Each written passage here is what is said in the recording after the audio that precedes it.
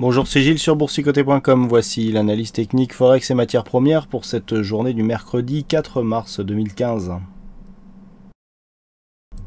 Et sur la paire de devises euro-dollar, eh bien c'est finalement la cassure qui était attendue qui est arrivée, puisqu'après un test, on voit bien ici sur la première phase d'accélération, ici un test donc de cette zone des 1,11,15 qui avait été donnée comme zone à franchir. On a rebondi légèrement pour finalement casser cette zone et inscrire de nouveaux points bas. Donc le scénario que je vous avais indiqué précédemment d'un objectif sur extension de Fibonacci est en train de se valider, avec donc un objectif qui est défini à 1.0856 avec un niveau d'invalidation sur ce retracement de Fibonacci à 61,8% sur la phase de rebond technique à 1,1274.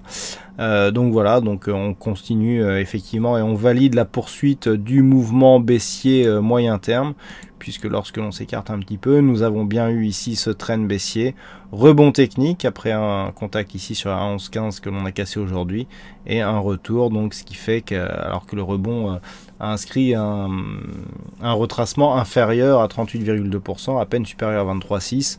Donc on valide ici la continuité d'une tendance moyen-long terme qui est toujours très dynamique, avec donc l'objectif qui a été défini. Donc le niveau d'invalidation, c'est une ancienne zone ici horizontale qui est désormais un retracement de Fibonacci. Et donc on confirme à tous les niveaux ce mouvement baissier, alors même que sur cette cassure, eh bien, la configuration est survendue, mais on le voit du point de vue du MACD, nous avons encore du potentiel suite à cette cassure. Donc on reste baissier, que ce soit sur le court, moyen ou le long terme sur la paire de devises euro-dollar. Sur le dollar-yen, nous sommes toujours ici dans une évolution légèrement haussière, mais qui n'est pas très dynamique. Et on était parti ici sur une dynamique un peu plus marquée. On avait commencé à rebondir ici sur la moyenne mobile 20 exponentielle. Mais désormais, on s'équilibre autour de cette zone et il n'y a plus trop de dynamique. On avait dans un premier temps cassé ici cette zone horizontale à 119,77. Puis en repassant dessous, on retrouve ici cette zone comme résistance. Donc on est toujours légèrement haussier, mais la dynamique est tellement faible que ça devient anecdotique. Donc du point de vue de la poursuite de la tendance, on est en train de neutraliser à tous les niveaux.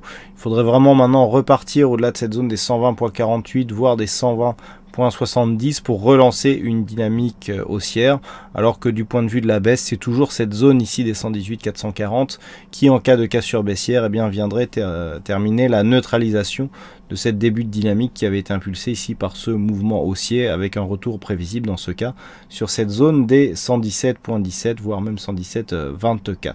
Donc très faible dynamique, plutôt une préférence haussière sur le dollar yen, mais il faudrait vraiment dépasser ces zones ici pour relancer le fond de la dynamique.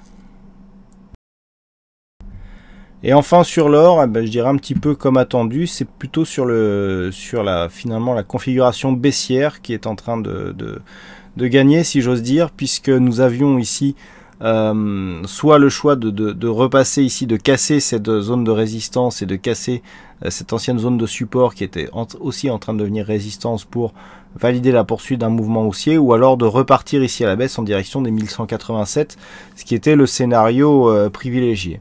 Eh bien c'est le chemin que c'est en train de prendre, puisqu'après ici une tentative de sortie qui n'a pas réussi malgré tout à casser cette zone de support, cette ancienne zone de support oblique noire, eh bien on a réintégré ici une évolution inférieure à cette résistance baissière pour finalement évoluer dans un biais baissier. On le voit bien, là où nous étions plutôt haussiers mais qui n'a pas permis une totale rupture par rapport à la dynamique moyen terme, eh bien les cours sont redescendus, on a remarqué un contact ici avec la bolle inférieure, la moyenne mobile 20 exponentielle du coup s'est imposée comme zone de résistance. On le voyait bien ici, on était support sur cette moyenne mobile, et là sur la cassure contact bolle inférieure, on revient sous cette zone comme résistance et on commence à multiplier donc les contacts avec la bolle inférieure. On multiplie les contacts avec cette zone de résistance que l'on n'arrive plus à franchir, et donc on est en train de reprendre le chemin d'un biais baissier, ce qui est confirmé d'ailleurs par les indicateurs, puisqu'on commence à percevoir ici une progression plutôt baissière qui est confirmée par le MACD. Donc l'objectif, toujours cette zone des 1190, puis 1187 $ l'once, puisque sous cette zone, eh bien c'est cette zone qui est l'objectif depuis maintenant la rupture de cette zone que nous avions ici à 1223 $ l'once, avec un retour donc sur cette zone des 1187, voire un retracement total ici sur la zone des 1167 $ l'once. Voilà donc ce que nous pouvons dire sur cette analyse technique Forex et matières premières. Je vous souhaite à toutes et à tous une bonne soirée, bonne chance dans vos prochains trades et on se retrouve dès demain pour d'autres analyses techniques sur le site boursicoté.com. Bonne soirée à tous.